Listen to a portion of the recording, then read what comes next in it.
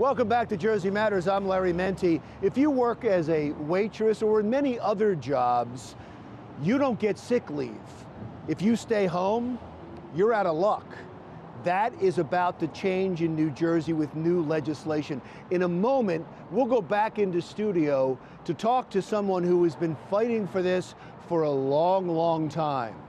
But for background, we begin our coverage with Ellen Kolodziej. Ellen. Thank you, Larry. Right now, more than 1 million workers in New Jersey don't get paid if they're sick. And that's why some lawmakers are trying to help them earn paid sick days. But others say if that happens, it could really hurt the small business community. Every dad should have earned sick days. We all need time to care. Groups such as Time to Care have been fighting for paid sick days in New Jersey for years, and now it looks like they may finally get their wish. Lawmakers could pass a bill very soon to change the law, but that's making some mom and pop stores very nervous. They're concerned that the administrative, financial, and operational costs to them will be so significant that it'll limit their ability to do business going forward. At some point, if unfortunately, the more government red tape that businesses are subjected to, the more difficult it becomes for them to operate economically and to compete. Rick Grimaldi is an attorney for Fisher & Phillips who represents businesses in New Jersey and Pennsylvania. He says a lot of people would like to see the little guys treated a little differently than the huge corporations, and that's exactly what some lawmakers are trying to do. If small businesses and startups can no longer afford the cost of labor, the good intentions of this bill will be of no help to our employees. They'll be relegated to the unemployment line or to the underground economy. The New Jersey Business and Industry Association agreed and fought for some changes. So here's how the bill looks now after some compromise. It requires employers to let workers earn 1 hour of paid sick leave for every 30 hours they work, for a maximum 40 hours of paid sick leave. The bill also expands how a worker can use sick days and has provisions to protect workers from being retaliated against.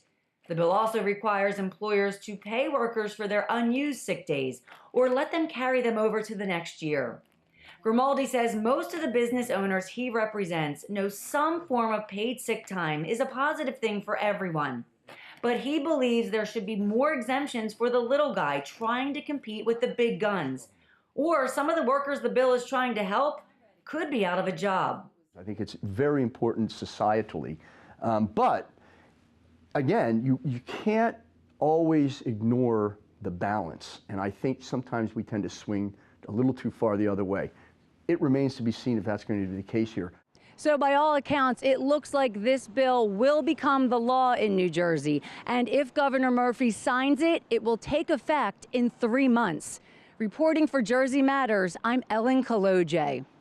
We have a new governor, and everybody's trying to get their issues in front of the governor, including Analilia Meja, who is Executive Director of New Jersey Working Families Alliance. First of all, before we start talking about the issues, what is New Jersey Working Families Alliance? Well, thank you for having me on. Sure. New Jersey Working Families is a progressive activist organization, grassroots and mobilizing, that works on behalf of workers in New Jersey. And specifically, what issues do you want to get in front of the governor? So these pro-worker policies, so raising the minimum wage, expanding earned sick days to all workers, making sure that all voters have an easy way to actually cast their vote and participate in the democratic process. Well, it sounds like with this governor, that's check, check, check, check. Well, I'm certainly excited. I mean, I was sitting there during the inauguration address, and I was excited to hear point after point this governor saying that he was going to work on behalf of working families. Now, have you spoken with him? I have. We had an opportunity on his first full day. He had a roundtable with 12 hardworking New Jerseyans to talk about how hard it is to make ends meet or how to care for your family when you don't have earned sick days. In this state, however, you need more than the governor. The governor can say that he wants to do this, but you have to have the Senate President Steve Sweeney put it up for a vote. You have to have the new Speaker Craig Coughlin put it up for a vote. Have you spoken with them? So we've on certain issues, the governor, the Speaker, and the Senate President have actually already come out in front. For instance, minimum wage. On minimum wage, they've been out there. You have the majority, the Senate Majority Leader is the prime sponsor on earned sick days, and they have signaled repeatedly in the previous administration that they were in support of this. So, and campaigned, honestly, on issues that help workers and their families. So I am hopeful that they're going to take action, but, you know, as a grassroots organization, we're going to push them. So let's assume that happens. You get that, and it sounds like it's going to happen. You're going to get the increase in the minimum wage. You're going to get that. You're going to get the sick days. You're going to get that. You're going to get more of a say from workers. Are you done?